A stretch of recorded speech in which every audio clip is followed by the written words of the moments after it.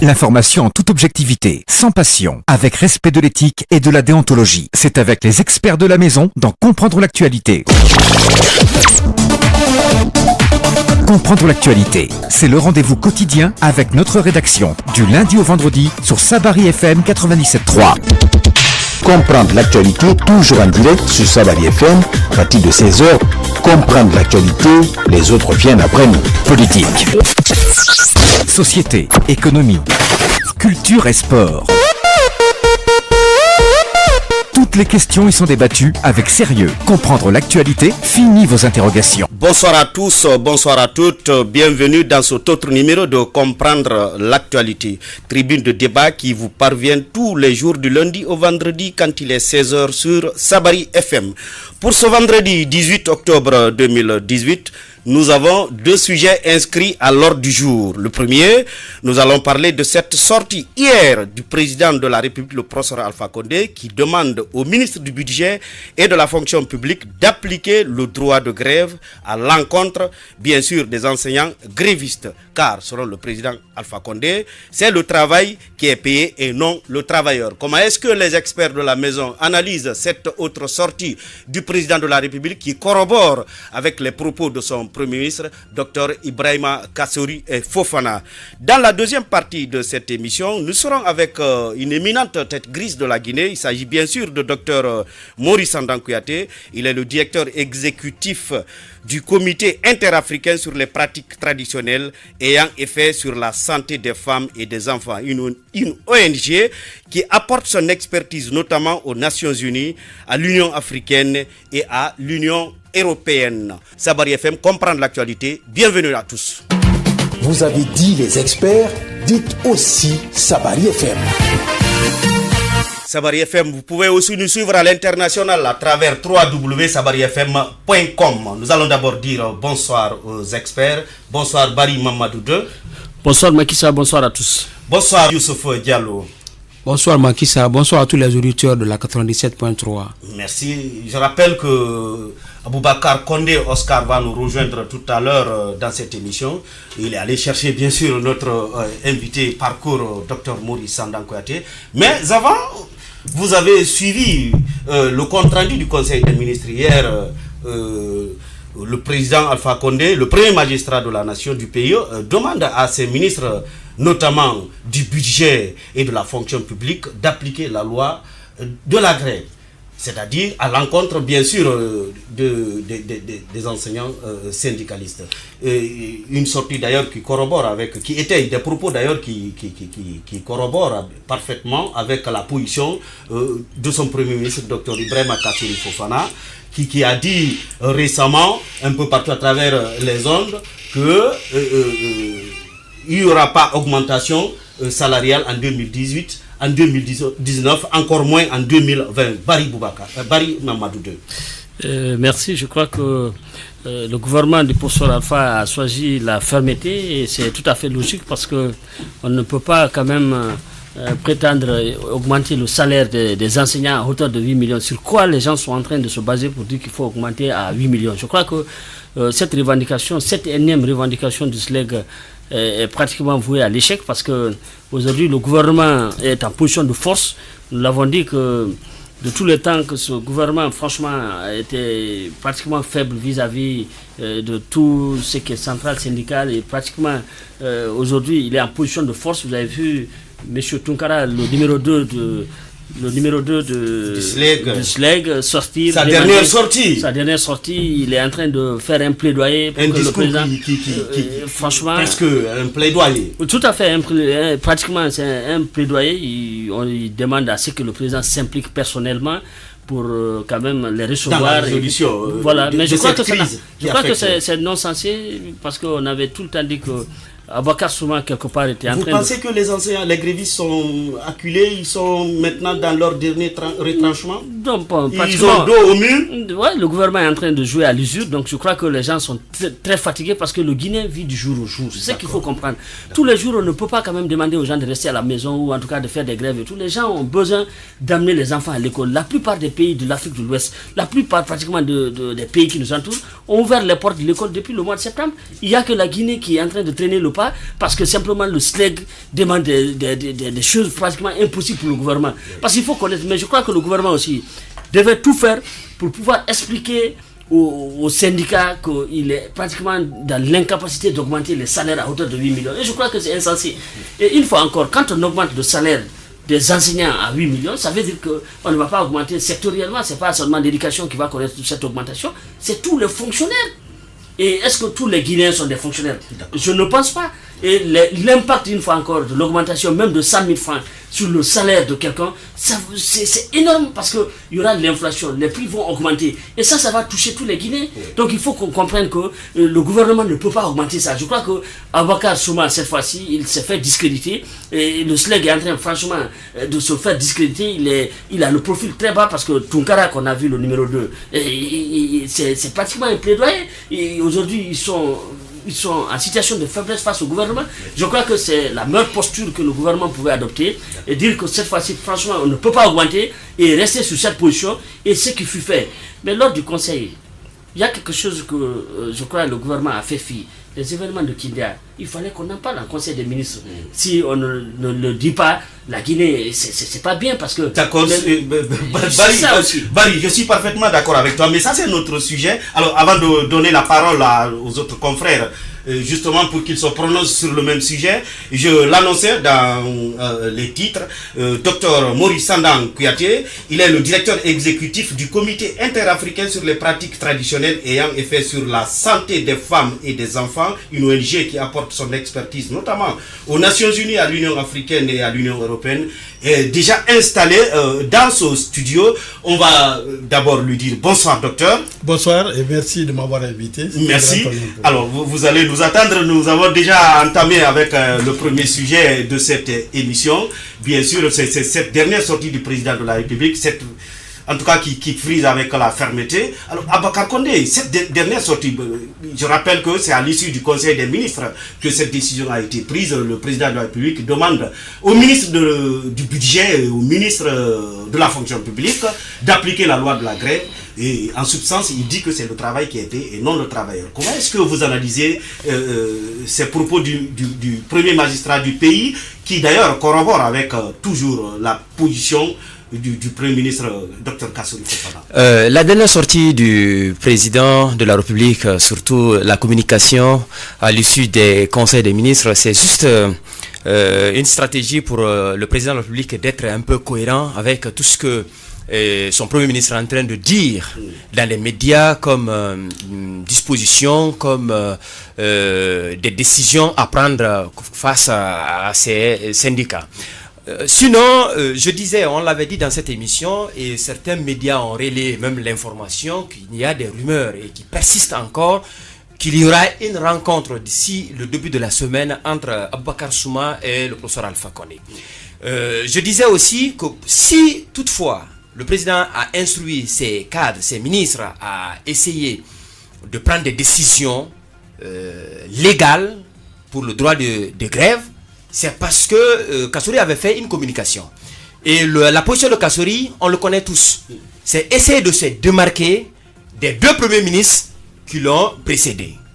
Et vous savez que la Guinée a connu, c'est-à-dire la mandature du professeur Alpha Condé a connu trois premiers ministres, issus tous de la même localité, si vous voulez, de la même préfecture. Oui. Alors nous avons connu Mohamed Saïd Fofana, religieux, qui représentait le président de la République. Et on a connu également un Mamadi Youla qui était, on le disait, c'est un technocrate. Je préfère que tu dises mou. Voilà, un technocrate, mais sur le plan du dialogue et autres là, politiquement, qui n'avait aucune expérience. Mais Kassory vient, on lui dit qu'il a un atout. Son atout c'est quoi? Que c'est quelqu'un qui est très fort en politique. Alors, fort en politique, Alpha avait besoin de quoi? C'est-à-dire la rigueur. Et la rigueur, Kassory a déjà commencé cela. Et nous connaissons la décision qu'il vient de prendre, c'est-à-dire laisser ces syndicats aller jusqu'à ce qu'ils soient au moins affaiblis ou bien étouffés. Et après, maintenant, on va essayer de voir. Donc, déjà, les syndicats Vous savez que vous pensez que c'est chose faite maintenant? Non, mais c'est la politique. Ils sont au bout de souffle. Absolument. Parce que déjà, Kassory, depuis sa dernière sortie, sa sortie autrefois à la RTG, il avait dit, avec certains confrères aussi, il a retiré la même position. Oui. Donc Alpha ne pouvait... Il n'y aura pas d'augmentation. Il n'y aura pas ni en 2018, il n'y aura pas d'augmentation. Ni en 2019, encore moins en 2020. Parce que c'est tout simplement, les syndicats eux-mêmes savent réellement, ils se rendent compte que le problème a été mal posé. Alors, mais est-ce que non, mais Abakar Condé, c'est toi qui le dis. Est-ce que eux-mêmes c'est sorti de leur bouche pour dire que franchement ils ont compris ou ils n'ont pas compris? À ce stade, on commence à penser que les syndicats ont compris et en train de donner raison au gouvernement qui ne peut pas augmenter. Mais ils ne l'ont pas dit expressément. Ils ne l'ont pas dit, mais dans les faits, on comprend parce que tout simplement. Vous voyez, les syndicats, tant que, c'est-à-dire au fur et à mesure que nous avançons, il y a une influence dans les établissements, qu'ils soient des établissements publics ou privés. Parce que d'abord, quand nous prenons exemple sur la zone de Conakry, tous ceux qui sont les enseignants qui sont dans les publics ici, ce sont les mêmes enseignants au niveau du secondaire qui sont dans les établissements privés. Ouais. Alors, en tout cas, une bonne partie. Une bonne partie. Donc aujourd'hui, quand vous allez, vous regardez, vous faites le constat dans les établissements privés, vous voyez que les enfants ont commencé à aller à l'école. Ben aujourd'hui, qu'est-ce qui manque?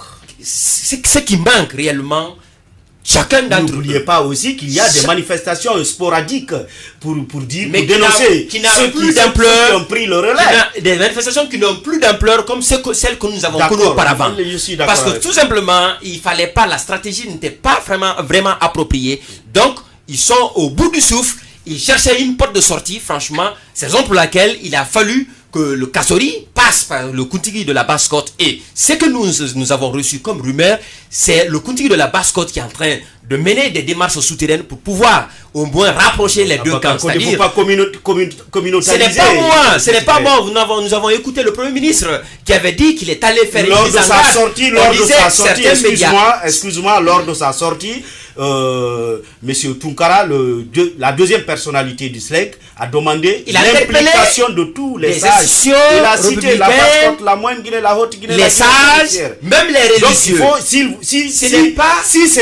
ces chefs traditionnels doivent intervenir, ils doivent tous se donner la main pour intervenir dans ce dossier-là, pour ne pas qu'on dise après que la chose a été communautarisée. Vous ne pouvez pas en tout cas me dire que vous avez oublié, parce que déjà c'est récent, des différentes rencontres que le SLEG a eu à faire avec le premier imam et les religieux à la grande mosquée de Faisal ici. Nous avons vu ça. Mais malgré tout ce qui a été dit là-bas, devant les religieux, n'ont pas été respectés. Raison pour laquelle ces religieux sont un peu réticents. Ça, c'était l'entêtement de Souma. Ils sont un peu réticents face à cette médiation-là aujourd'hui. Mais la seule qui a la disponibilité, qui a la volonté et qui veut aussi s'afficher, parce que déjà, il a un concurrent qui a été aussi intronisé tout récemment par l'équipe de Mamadou Silla. Donc déjà, c'est une occasion également pour le Kuntigi de la Basse-Côte qui est de s'afficher aussi. Voilà, à se faire entendre. Absolument. José aussi sa popularité. Et si ça réussit, bon, déjà c'est une occasion. Mais est-ce que vous ne pensez pas que c'est mal connaître Souma, parce que lors d'une de ses sorties aussi, il avait fustigé, disons, les propos du Kuntigi de la Basse-Côte. Je pense que Souma, à ce stade, ne veut plus et ne compte plus aller au-delà. Vous pensez maintenant absolument que si on le tend main, s'il tentait de continuer s'entraîner maintenant, il y aura, comme l'autre l'avait dit, il sera discrédibilisé au moins au niveau, il ne sera plus la base de la il n'aura plus maintenant la confiance de la base. La moindre main tendue. La moindre main tendue, parce que vous voyez Souma aujourd'hui, même ça ne se dit pas, mais sa vie a un peu changé à travers cette grève-là. Parce qu'aujourd'hui, il faut le dire. On va écouter cet autre expert, Youssouf Salim Diallo. Comment est-ce que vous avez analysé cette décision issue du Conseil des ministres d'hier? Bon, je commencerai. Je suis pas d'accord avec Condé d'emblée pour dire que le SLEG, Souma et ses compagnons sont à bout de souffle. C'est prématuré, très prématuré. Non, mais il a été ses propos à travers, disons, le discours qu'a tenu à première vue, à lire entre les lignes de la déclaration de la deuxième personnalité du SLEG, M. Tunkara, à première vue, on peut estimer que ils sont à bout de souffle. Puisque cette déclaration a des allures de doléance. Parce que quand on demande, ceux qui étaient réputés fermes et très fermes, demandent aujourd'hui l'implication des sages. Pas seulement des sages. Non, pas lui seul, même le secrétaire général avocat, je voudrais juste rappeler que... Quand ils demandent notamment l'implication des sages, à première vue, on peut dire qu'ils sont à bout de souffle. Mais le combat n'est pas terminé à ce niveau. Puisque moi, je déplore surtout cette stratégie de pourrissement qu'emploie souvent le gouvernement face à des situations. Je ne suis pas d'accord avec Barry pour dire que le gouvernement ne peut pas. Quand on dit le gouvernement ne peut pas, comme l'a dit tout récemment monsieur le Premier ministre Ibrahim Kassory Fofana, on ne peut pas, ni en 2019, ni en 2018, ni en 2020, on ne peut pas. Je pense qu'il faut donner la chance, il faut toujours donner la chance. Il s'agit de l'avenir. Donner la chance à qui, Youssouf? Il faut donner la chance aux négociations. Il faut donner la chance. Grève n'a fait moi j'estime jusqu'au bout, il s'agit de l'avenir de notre pays. Il s'agit de l'avenir de notre pays. Ce qui est en jeu, c'est la Guinée, c'est le développement économique, socio-économique de la Guinée. Et cela passe par l'éducation, forcément. Je ne connais pas un pays au monde qui s'est développé en dehors du développement, du progrès de son système éducatif. La Guinée ne peut pas faire exception. On ne peut pas compter sur les mines aujourd'hui, on ne peut pas compter sur seulement les mines. C'est ce que je dis, seulement sur les mines, sur nos potentialités agricoles et agro-pastorales, et oublier la matière grise. Moi, je pense que jusqu'à ce niveau, que les syndicalistes soient à bout de souffle, qu'ils ne le soient pas, moi, je pense qu'on doit toujours donner la chance aux négociations et éviter cette stratégie de pourrissement. Dire, ils vont s'essouffler, on va les regarder comme ça, ils vont s'essouffler. Rien, aucun sacrifice aujourd'hui. Aucun sacrifice. Le gouvernement ne peut faire aucun sacrifice aujourd'hui. De trop qui pourrait être mieux que de faire un effort. Juste un tout petit peu d'effort. D'augmenter, faire une augmentation substantielle du salaire des enseignants. Moi, je pense que le système éducatif, non, ils n'ont pas dit ça. Ils ont toujours dit qu'ils sont ouverts aux négociations. Les 8 millions, c'est pas de sens. Non, ils sont ouverts aux négociations. Mais regardez, des indices. Mais si tu as bien lu la dernière déclaration de la dernière personnalité, oui, Souma l'a dit, ils sont ouverts. Ils ne sont plus accrochés à ces 8 millions. Ils sont ouverts. Ils ne sont pas accrochés à ces 8 millions. Moi, je pense qu'il faut rendre les choses prioritaires, j'allais dire. Il faut prioriser. Il faut prioriser les choses. La priorité des priorités aujourd'hui, c'est le système éducatif.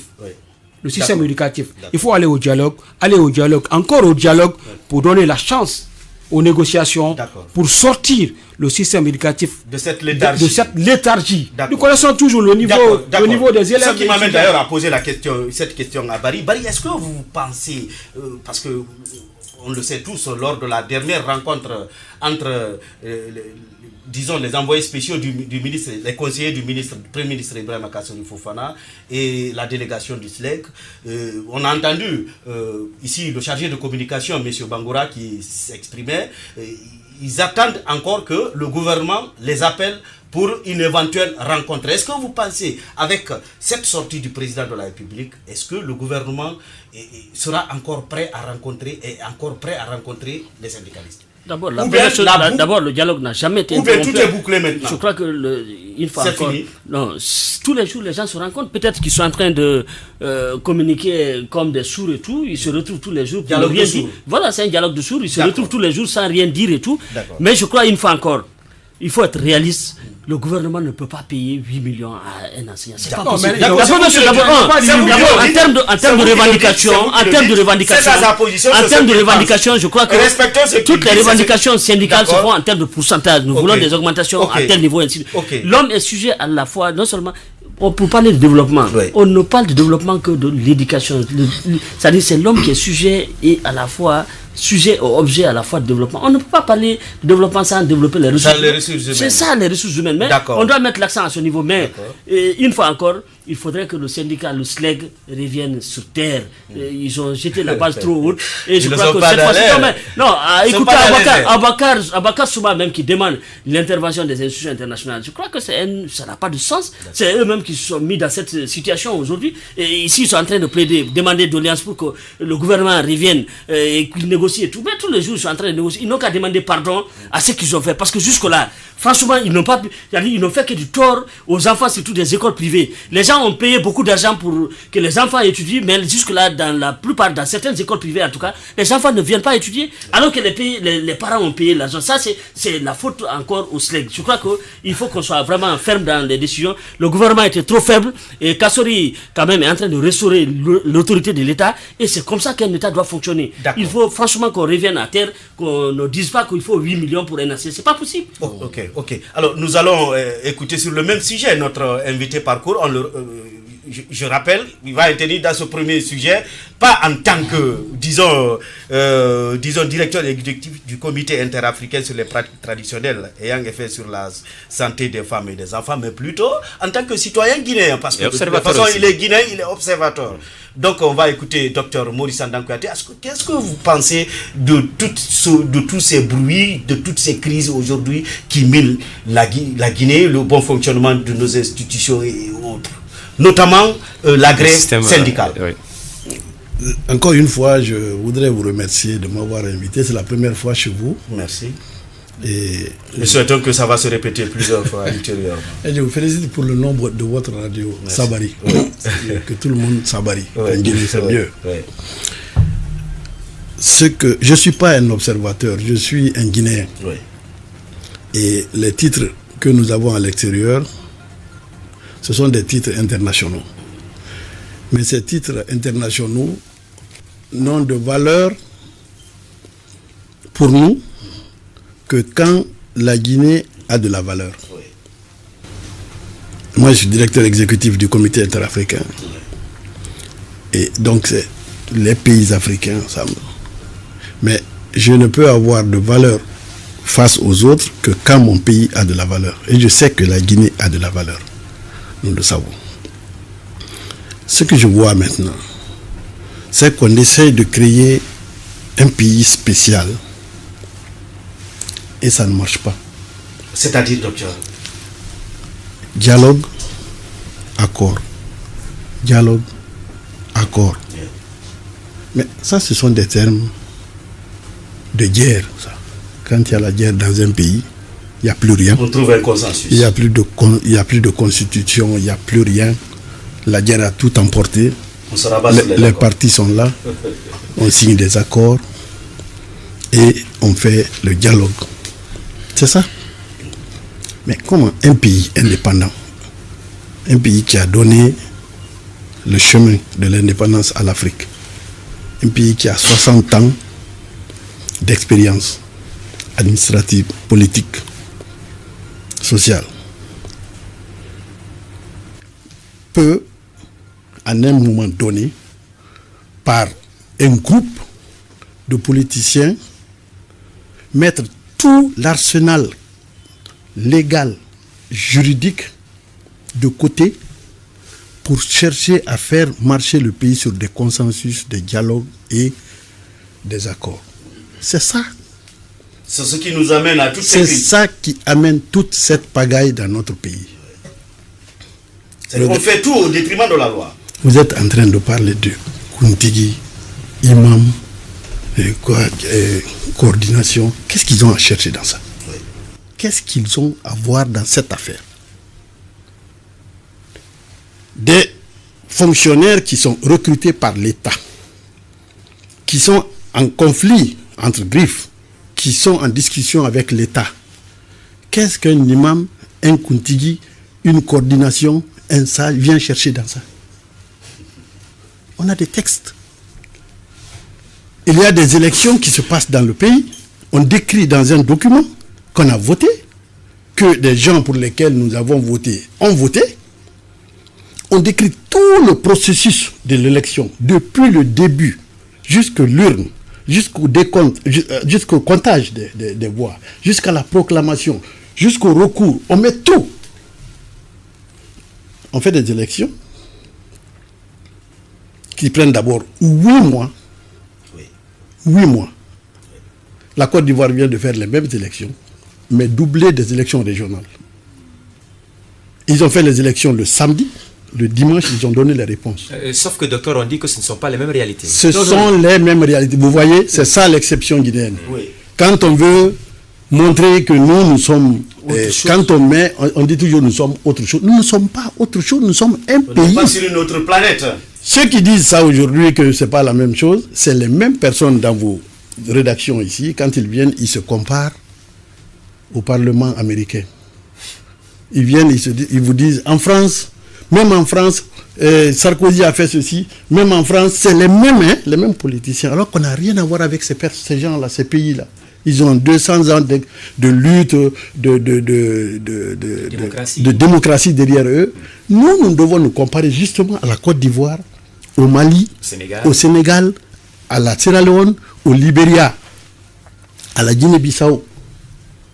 Mais regardez dans la sous-région, le Libéria, 10 ans de guerre ici, ils sont venus se confier à la Guinée. C'est la Guinée qui les a protégés. C'est la Guinée qui a participé à la récolte. Et là-bas, on devait parler de guerre, on devait parler de dialogue. C'est la Guinée qui a solutionné là-bas. La Sierra Leone, ils se sont coupés les mains les uns les autres. C'est la Guinée qui a participé à cela. Alors, laissons la Côte d'Ivoire. Si on veut dire que la Côte d'Ivoire, c'est pas... Mais il faut savoir que Houphouët-Boigny est contemporain de Ahmed Sékou Touré. Naturellement.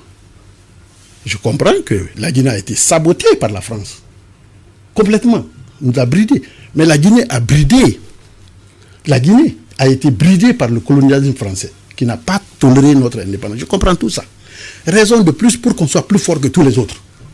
Parce que nous sommes allés dans le domaine de la dignité, dans le domaine de la responsabilité, dans le domaine de la liberté. Les autres sont partis au départ, dans le néocolonialisme, qu'ils ont accepté au départ avant de se raviser, qu'ils avaient besoin de leur indépendance. Donc, quand on voit toutes ces choses, on a créé un monstre. Et pour le sujet sur lequel vous m'interpellez, la grève des enseignants, il y a un livre que tous les leaders sérieux doivent lire. Lequel? C'est le livre de Stephen Covey, Les 7 habitudes de ceux qui réussissent tout ce qu'ils entreprennent. C'est le titre. Dans ce livre, il y a quelque chose d'important qui est là-bas. Il dit que tout leader politique, social, tout leader tend vers son niveau d'incompétence. Tout leader. Alors le leader doit le savoir. Si vous ne savez pas ça, vous allez atteindre votre niveau d'incompétence sans le savoir. Et vous allez mal retomber. C'est ce qui arrive à la Guinée? C'est ce qui arrive dans le cadre de la grève des enseignants. D'accord. Le niveau d'incompétence du SLEG, c'est 8 millions. Oui. Jamais, depuis la grève, la barre a été hissée très haute. Depuis la grande grève organisée par le feu Ahmed Sékou Touré ici, au port, avant l'indépendance, je crois que la grève que le SLEG avait organisée ici pour les 40% fut l'une des grèves les plus suivies. Plus par rapport à tout ce qui s'est passé en 2007 également. Plus que le 2007, parce qu'il y a quelque chose qui s'est passé. 2007, 2010, 2009, 2003, 2001, tout ce qui s'est passé en Guinée ici, Conakry 1, là où il y a la présidence, c'est la forteresse. Personne n'est allé là-bas. Oui. Mais la grève des enseignants, avec 40%, les gens sont allés brûler des choses devant le bureau du professeur Alpha Condé. Oui. Ça montrait que c'était une grève extraordinaire. Qui avait de l'ampleur. Et le gouvernement a lâché. Le président avait dit, je ne discute pas avec ce monsieur. Il l'a dit. Mais il était obligé de faire machine arrière quand il a vu que c'était sérieux.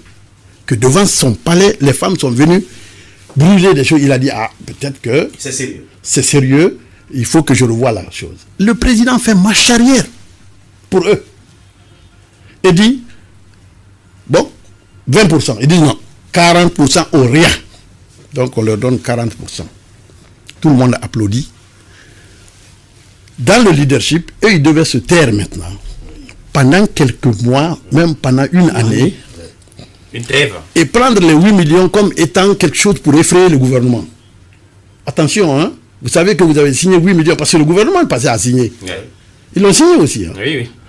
Parce que ce qu'il y a ici, quand il y a un problème, on dit négociation, les mêmes, comme on dit ici, dialogue et les mêmes accords. Ceux qui sont à la table, c'est un marché de dupes. Ceux qui proposent savent qu'ils ne pourront pas payer ce qu'ils ont proposé. Ceux qui signent, ceux auxquels on a promis savent très bien que ce n'est pas possible. Mais ils signent quand même. Et ils se séparent.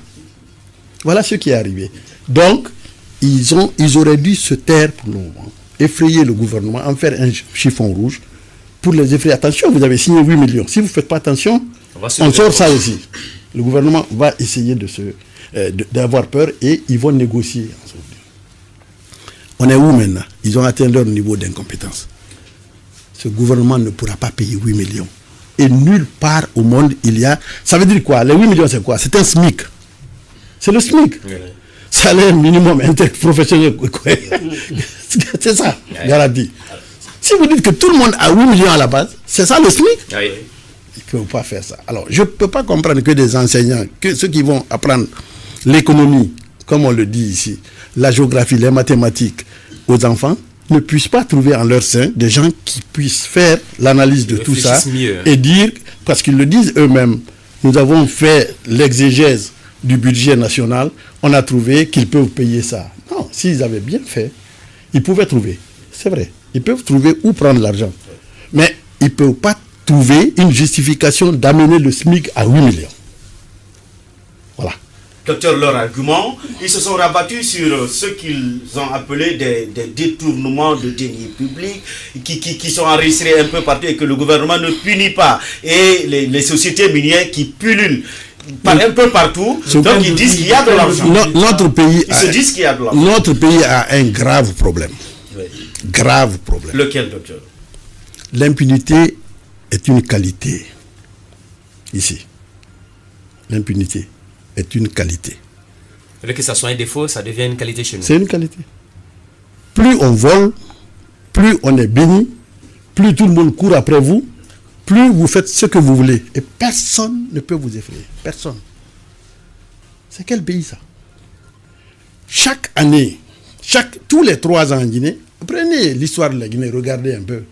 Tous les 3 ans dans ce pays, il y a un monsieur ou une dame qui sort de nulle part et qui devient tout. Qui sort de nulle part et qui devient tout. Où ils prennent l'argent? Alors, le rôle du gouvernement, c'est de combattre la corruption. Dans ce sens-là, les enseignants ont raison. Ne serait-ce que essayer de mettre partout des inspections sérieuses. Pas des inspecteurs qui vont prendre de l'argent aussi pour avoir une contre-inspection. C'est pas ça. Mais des inspections sérieuses. Si les enseignants avaient vu qu'on était en train d'arrêter des gens, on était en train de saisir des maisons, on était en train de faire ceci, cela, et qu'on leur dit, écoutez, on va vous augmenter, mais vous savez, il y a eu corruption ici. Nous sommes en train de récupérer cet argent. Dès qu'on l'aura, on va rediscuter sur vos 8 millions. Ils allaient se taire. Mais docteur, je pense que le gouvernement Kassory Fofana, en tout cas, avait essayé au moins, parce que déjà il a dit dans ses différentes communications que lui, son gouvernement, sa première mission, c'est d'abord lutter contre l'impunité. Et déjà, il y a 2 cadres qui ont déjà fait les frais et ils sont même devant les juridictions aujourd'hui. Je parle de M. Diawara et un certain M. Kamara aujourd'hui. Alors, est-ce que, quelque part, on ne donne pas aussi raison au gouvernement de Kassory? D'abord, avant de parler vous parler du gouvernement de Kassory, je vais vous dire une chose. Il n'y a pas dans notre pays, peut-être que moi, je ne le sais pas, mais je veux bien mettre tout le monde au défi. Il n'y a pas un seul cadre politique dans ce pays qui puisse venir se mettre là où je suis et dire, moi, Kassory n'est pas bon. C'est un mauvais cadre. Il ne connaît pas la Guinée. Il n'y en a pas. Quand vous tendez votre micro à quelqu'un, il dit, ah non, c'est mon ami. Même les opposants. Oui. Les opposants disent, c'est mon ami. Oui. Alors, vous tendez aux autres, ils disent, c'est mon ami. Il est bien. il n'est pas ethnocentrique, il n'est pas ceci, il n'est pas cela. Alors, pour une fois, les Guinéens s'accordent à dire que telle personne peut faire le boulot. Il y a un consensus au moins. Et ils disent qu'il a les capacités économiques, techniques. Pourquoi n'allons-nous pas donner la chance alors à notre pays? Il y a des rumeurs aussi également que Kassori a un passé aussi très sombre. Pourquoi? Écoutez, dans le gouvernement précédent. Attendez. Il y a cette suspicion qui existe. Monsieur Condé, je vais vous dire une chose. C'est ça aussi qui tue un pays. Dans les autres pays, quand vous accusez quelqu'un, vous amenez tout. Vous faites toutes les preuves. Vous faites les investigations. Vous sortez des papiers, vous montrez des transferts. C'est le gouvernement qui doit le faire. Vous montrez des photos. Pas les citoyens. Non, ceux qui... non, je vous ai dit ici que notre pays a un problème. Que la corruption est devenue ici une qualité. C'est ce que je suis en train de vous dire. Alors. Donc, maintenant, saisissons. Et le Premier ministre qui vient, il dit, moi ma priorité, c'est la lutte contre la corruption. Il ne l'a pas dit. Oui. Ce que moi je veux, qu'on comprenne un peu, même si les 12 millions de Guinéens ne peuvent pas voyager comme nous, mais qu'on comprenne que la Guinée est en retard. Ouais. Gravement en retard. Nous sommes en retard. Ça fait 16 ans que je suis en Éthiopie. J'ai vu l'Éthiopie grandir le jour au jour, le jour au jour, le jour au jour. Aujourd'hui, devant moi, ils sont devenus une puissance devant moi. Et à titre illustratif, ils ont la plus grande compagnie aérienne dans la Et nous n'avons pas de... Il n'y a pas de route. Vous savez, j'ai fait 2 heures pour venir chez vous. Quand M. Condé m'a dit, venez, j'ai regardé, j'ai mis dans le map, et puis j'ai commencé à venir. Ça fait 2h30. Tout est bouché. Une distance qui ne dépasse pas 50 km. Il n'y a pas de route dans ce pays. D'accord. Ça c'est le premier sujet, docteur. Vous-même, vous l'avez rappelé tout à l'heure. Il y a aussi les élections communales aujourd'hui. Franchement, ça ne va pas. Bouquet, Kindia. Et hier, on parlait encore de Kouroussa à Bakar Condé. Absolument. Et à Zérekouri. Un peu partout, il y a partout la tension. Comment est-ce que vous interprétez, est-ce que vous expliquez tous ces problèmes? Mais, pour qu'il y ait tension, pour que les gens se battent, il a fallu que ceux qui organisent les élections donnent 8 mois aux gens de créer des clans. Et bien avant cela, d'ailleurs, la Guinée, depuis 2005, on n'a pas connu d'élection. Donc, de 2005 jusqu'à 2018, on n'a pas fait d'élection. N'est-ce pas? Oui. 2018, on fait les élections. Mois de février. On est aujourd'hui au 10e mois. Il y a 8 mois, on a les résultats. On ne peut pas installer les gens. Mais ils ont le temps de créer la pagaille, monsieur. Oui. Écoutez-moi. Entre les partis et même au sein même des partis. Mais je vais vous dire une chose. La Côte d'Ivoire, j'ai pris l'exemple sur la Côte d'Ivoire. Oui. Il y a eu 4 morts pendant les élections. Oui. Ils ont fait les élections de samedi. Les résultats. 4 morts. Oui, nous avons aussi vu ça. N'est-ce pas? Oui. Mais c'est fini. 30 000 soldats, policiers mobilisés. 4 morts. Pour maintenir l'ordre. Les résultats sont donnés, c'est terminé. Et la réaction du parti le plus puissant face au RHDP, c'est le PDCI. Le PDCI, ce qu'ils ont dit, il dit, c'est un hold-up électoral. Nous allons partir à la Cour suprême pour annuler tout ça. Oui. Mais c'est fini. Aux instances les mieux indiquées. Monsieur, c'est fini. Oui. Alors, vous allez organiser des élections. Vous avez pris le cas de mon village Kouroussa, de ma ville Kouroussa. Oui. Mais ce n'est pas Kouroussa seulement, c'est partout. Non, j'ai cité beaucoup de... À l'heure où je vous parle, ils sont en train de faire les élections à Manfra, à Dalaba. Oui. Mais les gens ont eu le temps de former des clans. Le cas de Kindia d'ailleurs est plus... De se préparer, oui. Et de prendre des fusils et de brûler leurs cases. Pourquoi? Parce que simplement, chacun se dit, mais si ça fait 8 mois qu'ils tergiversent, ils n'ont pas de décision. Je peux essayer de me placer très bien sur l'échiquier. Je vais me faire moi-même ma publicité. Je vais me positionner, puisque ceux qui nous gèrent ne prennent pas la décision de faire quelque chose. Moi, je vais le faire. C'est là où il y a la pagaille. Et la pagaille est à la fois interparti et intraparti. Oui. Voilà. M. Kouyaté, vous parlez de la crise en général en Guinée. Vous avez suivi de près aussi ce qui s'est passé au niveau de la Cour constitutionnelle. Quel regard faites-vous de ce qui s'est passé à la Cour constitutionnelle de Guinée? Très bien. J'ai suivi ça très, très, très bien. la Cour constitutionnelle. Malheureusement, on ne respecte pas la loi en République de Guinée. Et nous avons un grave problème dans notre pays. Vous êtes des journalistes. Mais je ne peux pas dire que je suis journaliste. Vous avez des qualités de journaliste que je n'ai pas. Moi, je suis médecin, je suis directeur exécutif du comité interafricain. Je lutte contre les pratiques qui affectent la santé des femmes. Ça, c'est mon domaine. Oui. N'est-ce pas? Mais je ne peux pas être journaliste. Je ne suis pas formé pour ça. Alors, qu'est-ce qu'on a fait? Qu'est-ce qu'on fait dans ce pays? Et grâce à vos émissions interactives, là. Le matin, normalement, dans un pays normal, le menuisier est à la menuiserie. Hein? Le commerçant, il est dans son kiosque. Les politiciens sont dans leur bureau ou alors sur le terrain pour faire. Les économistes sont en train de calculer dans les... Ça. Et chacun travaille. Les agriculteurs sont au champ. Mais en Guinée, le matin, le mototaxi, c'est lui qui bloque. Au lieu de transporter des gens, il s'arrête. Il dit, allô, c'est telle radio, moi je ne suis pas d'accord. La Cour constitutionnelle là, c'est du n'importe quoi et machin. Ils ont fait ça, ils ont fait... D'accord, concrètement, docteur, donc, qu'est-ce qui s'est passé? D'abord, c'est ça. Comment est-ce que vous avez... D'abord, c'est ça. On a donné la gestion qu'on appelle on a donné la gestion collective. On a créé la gestion collective et anarchique. Oui. Mais ce n'est pas n'importe qui parle de... Ce qui s'est passé à la Cour, c'était tellement simple. Très simple. Il y a 7, je crois, qui récusent le président. Oui. N'est-ce pas? 8, je crois. 8. Non, 7, oui. Peu importe. Oui. Il le recuse. Le président, s'il n'est pas d'accord, il cherche dans les textes comment montrer qu'il n'est pas d'accord et comment faire échouer les 7 qui veulent l'évincer. Selon les textes. Selon les textes. Tout le monde dit, ah, c'est parce qu'il a prononcé la célèbre phrase ici, troisième mandat. Sirènes. D'abord, entre parenthèses, vous avez dit ça encore. Moi, je veux, vous savez, il reste 2 ans pour aller à 2020. Oui. N'est-ce pas? On a Kaleta, on a Swapiti. Mais à côté de ça, on peut avoir des routes flambant neuves. En 2 ans, on peut faire tout qu'on a créé. On peut faire tout qu'on a créé en route. On peut faire la route nationale. En 2 ans, on peut faire. Mais on ne fait plus ça. Qu'est-ce qu'on fait? Troisième mandat.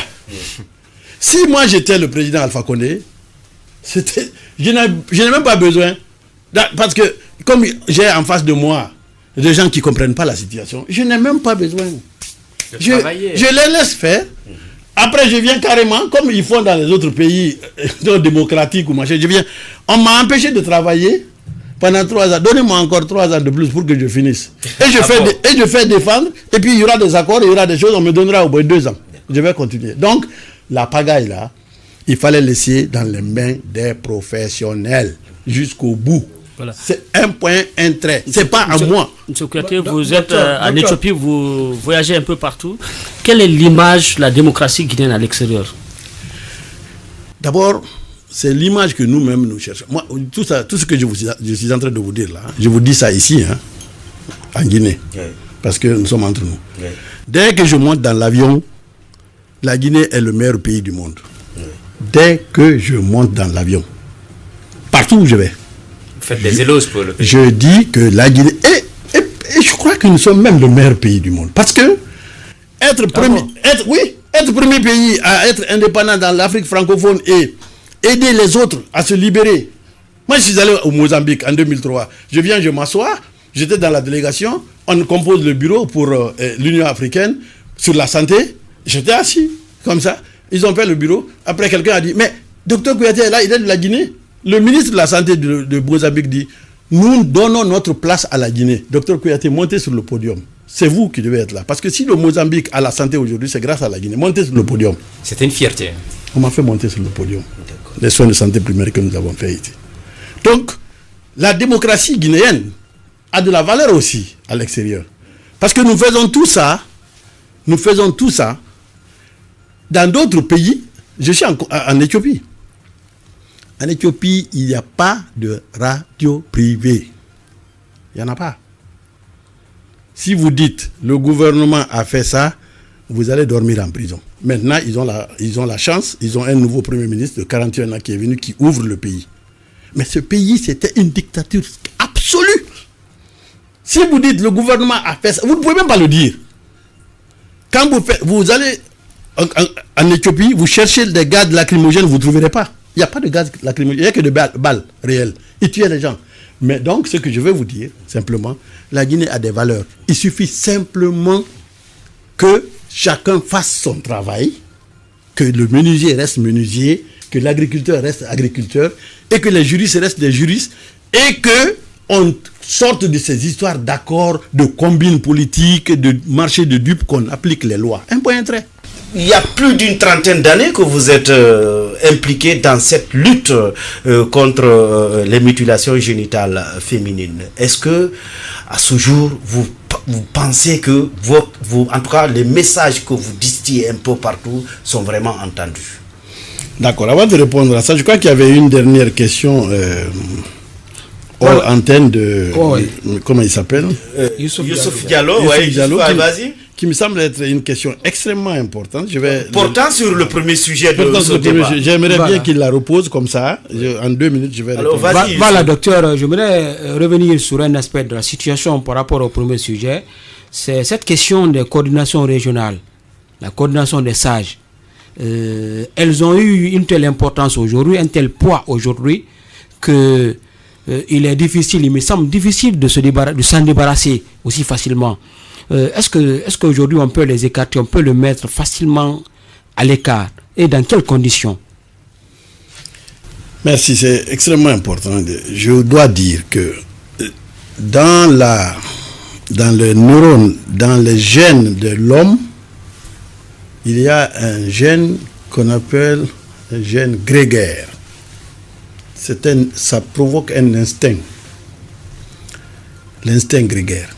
Ça veut dire que les gens ont toujours tendance à se regrouper. C'est humain. Bon, il y en a beaucoup chez les animaux. Mais chez les humains, c'est important. Ils veulent toujours se regrouper. Et quand ils veulent se regrouper, ils fixent des normes. Et finalement, la norme la plus facile, c'est quand vous parlez la même langue. C'est plus facile. Parce que là, d'abord, c'est la base. Le facteur langue vient. Après la langue, après, il y a d'autres choses qui viennent. Et finalement, les gens se retrouvent en groupe. C'est humain, c'est un instinct. Et chez nous, ici, on le fait. Et ailleurs, on le fait. Partout. La spécificité de la Guinée, la particularité de l'instinct grégaire de la Guinée, c'est qu'on a créé des instincts grégaires qui se mettent au-dessus des lois, encore une fois, le plus, et qui se politisent. Tout le problème est là. Qui sont affiliés à des obédiences politiques. On avait un régime ici, le régime du PDG. On ne pouvait pas y penser. C'était pas possible. On pouvait pas. Mais lui, il avait la chefferie traditionnelle. Mais, malgré tout ça, il y avait l'association, on ne disait même pas association, il y avait les ressortissants de tel. Les ressortissants de tel, contrée. Et les gens se retrouvaient pour faire les baptêmes, pour faire les mariages, pour procéder à des solutions sociales et tout. Aucun régime ne peut interdire ça. Ça, c'est leur rôle.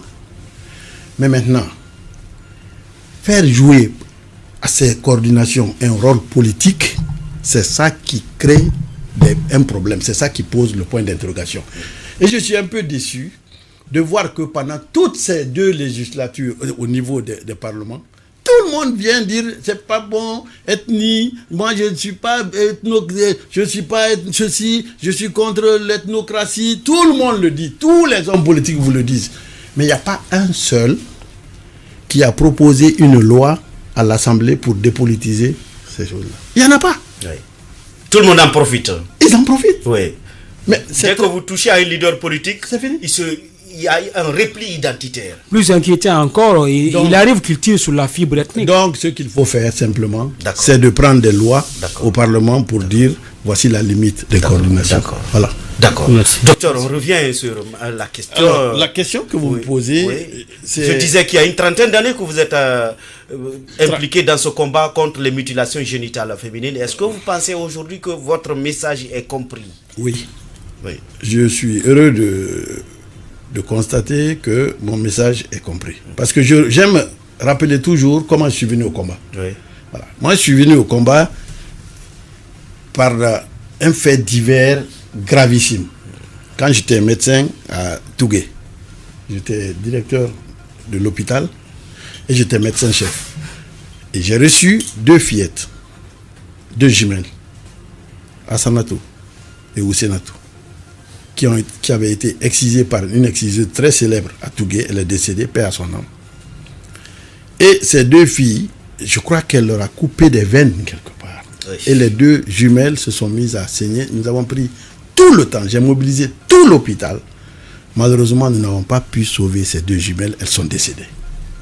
Ça, c'était en 1983. C'était le déclic chez vous. C'est ça qui m'a amené à la lutte. Le reste est long, mais c'est à partir de là que j'ai écrit contre les mutilations génitales. Ce n'était pas pour dire d'abolir, d'abandonner, parce que je ne savais rien là-dessus. Je suis de Kouroussa, je savais que les filles allaient au Kalbila Koro, des choses comme ça. Je savais ça. Donc, je n'étais pas contre. Mais c'est quand j'ai fait ce pamphlet pour dire qu'il y a eu 2 jumelles qui sont décédées et ça m'a choqué. C'est ce pamphlet qui est arrivé jusqu'au niveau de l'OMS et l'OMS m'a invité pour dire « Ah, vous luttez contre les mutilations ?» J'ai dit « Non, moi je ne lutte pas contre. » C'est là où ils m'ont dit « Non, pourtant vous devriez lutter contre parce qu'il y a ceci, cela. » Et quand j'ai vu ces 2 fillettes mourir dans mes mains, j'ai été choqué et c'est ça qui me poursuit jusqu'à aujourd'hui et c'est ça qui me fait courir contre les mutilations génitales jusqu'à ma mort.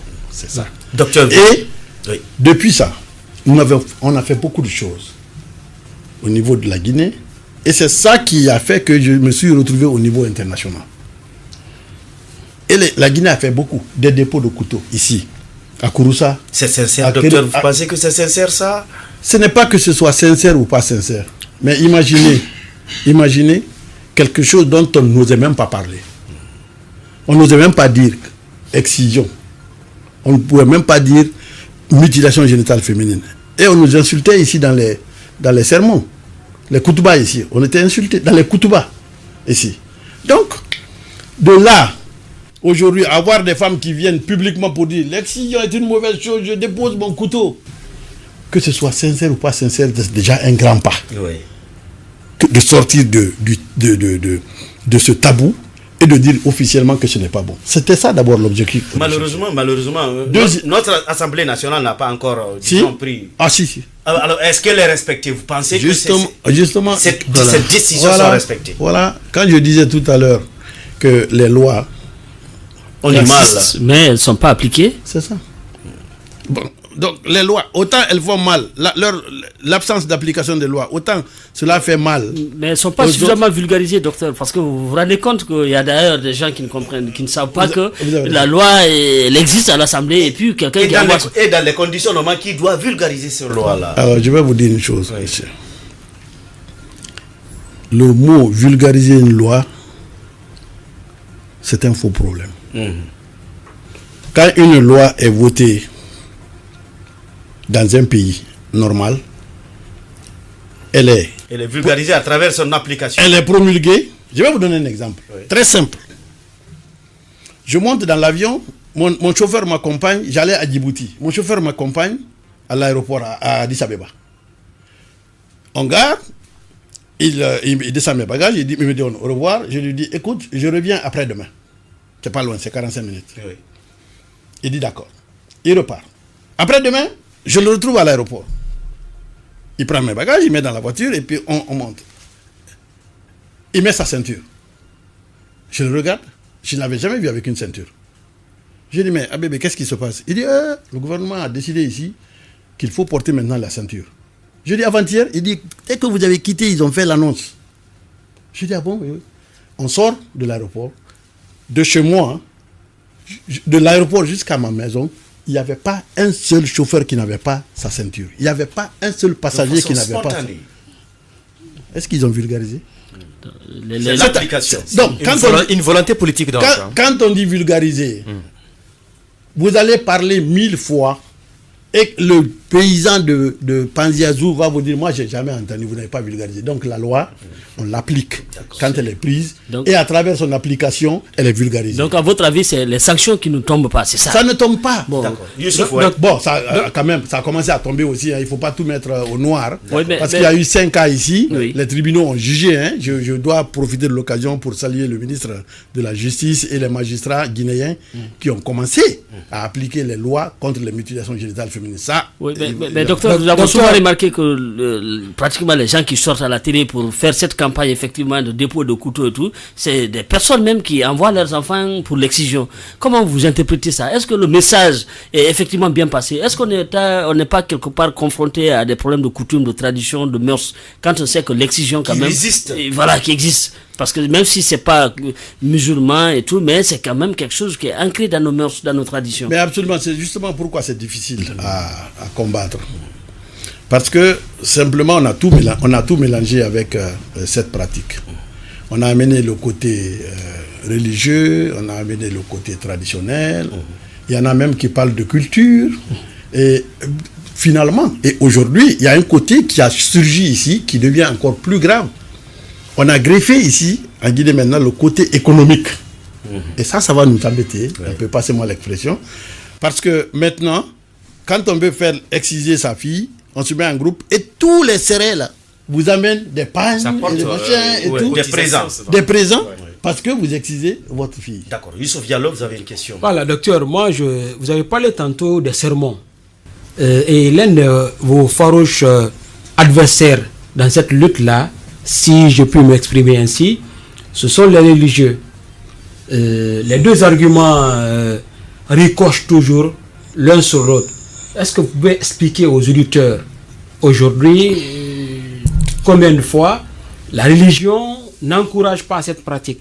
Merci beaucoup. Mais si vous dites ça, je dois rectifier un peu votre question. Nous ne sommes pas nos adversaires. Je peux dire que nos deux grands partenaires, c'est les deux religions qu'on a ici, la chrétienté et l'islam. Pourquoi? Nous avons un film que Sepetaf a fait ici. Vous allez voir. Il y a une déclaration. On a fait un film qui s'appelle Ni le Coran ni la Bible. Dans ce film, nous avons deux érudits qui parlent. C'est Elhaj Abdourahmane Ba, ancien ministre de l'abbé. Feu Abdourahmane Ba. Incontestable sur le plan de l'islam en Guinée, il est incontestable et incontesté. Il a parlé dans ce film, il dit les mutilations génitales féminines, laissez tomber ça, ça n'a rien à voir avec l'islam. Nous avons le film, on l'a projeté ici. Le cardinal Robert Sarah a parlé dans ce film. C'est pourquoi on a donné le titre Ni le Coran ni la Bible. Je crois que le cardinal Robert Sarah, personne ne peut contester. La preuve, il est maintenant au Saint-Siège. Ces deux-là ont dit, nous vous accompagnons, nous nous impliquons, ce n'est pas une bonne pratique. Donc on n'est pas en conflit avec les leaders religieux. D'accord. Et nous avons beaucoup.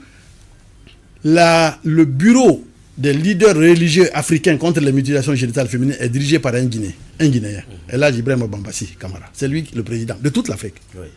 Bon. Donc on n'est pas en conflit contre eux.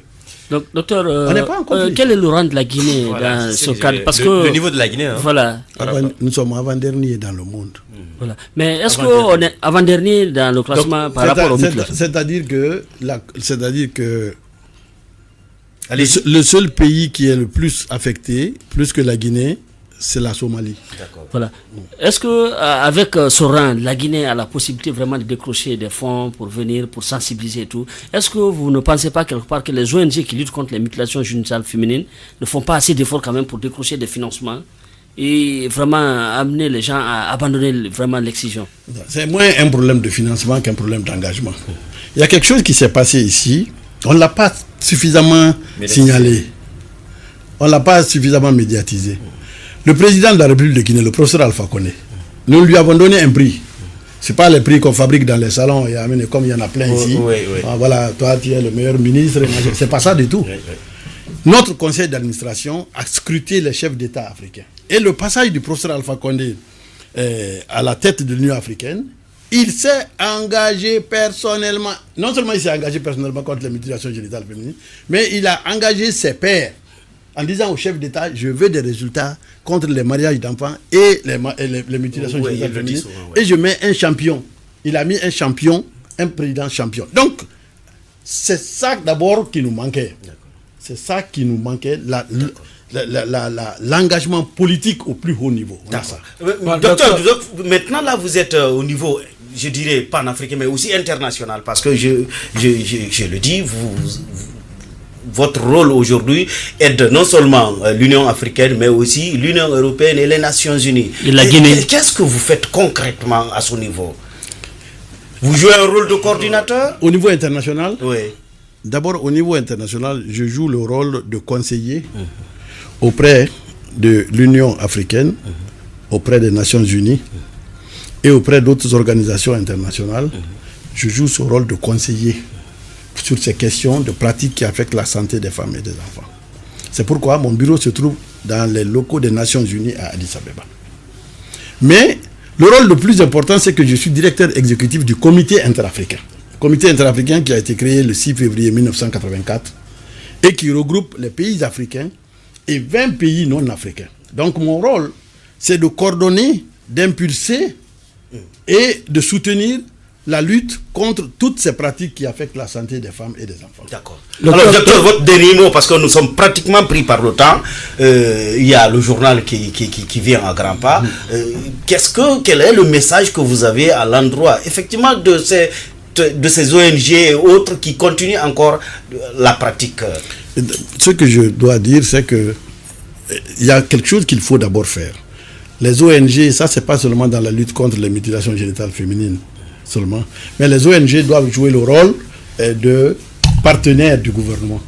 Il faut que ces ONG approchent les gouvernements avec les communautés, créer une synergie pour lutter contre... Il y a aussi une sincérité. Ne pas jouer à la bagarre, parce qu'on a passé plus de temps à se quereller entre nous qu'à lutter contre les mutilations génitales. Donc, c'est fédérer toutes ces organisations sous la bannière du gouvernement. Parce que tout ce que les gens font ici, les gens qui viennent en disant on ne peut rien faire sans le gouvernement. C'est le gouvernement qui est le responsable du pays.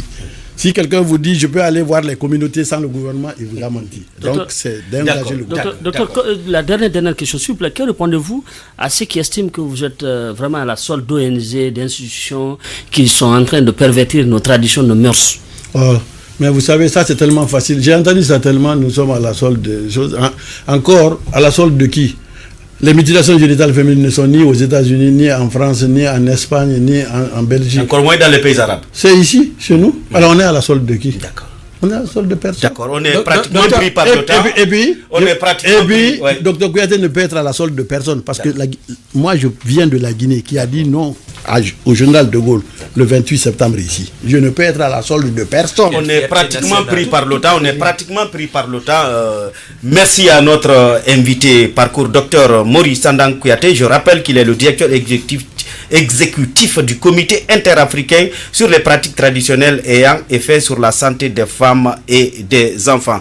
Dans la première partie de cette émission, nous avons parlé de la décision du président de la République qui intime à ces deux ministres, le ministre du budget et le ministre de la fonction publique, d'appliquer la loi sur la grève. À la technique, nous avions Fatoumata Khan, à la réalisation Ibrahima Das Silla, au cadrage Fodé Fatoya Kamara et Mohamed Lamine Sissi. À lundi donc pour un autre numéro de Comprendre l'actualité. D'ici là, portez-vous bien. Ce que la Guinée possède, Sabari FM vous le révèle.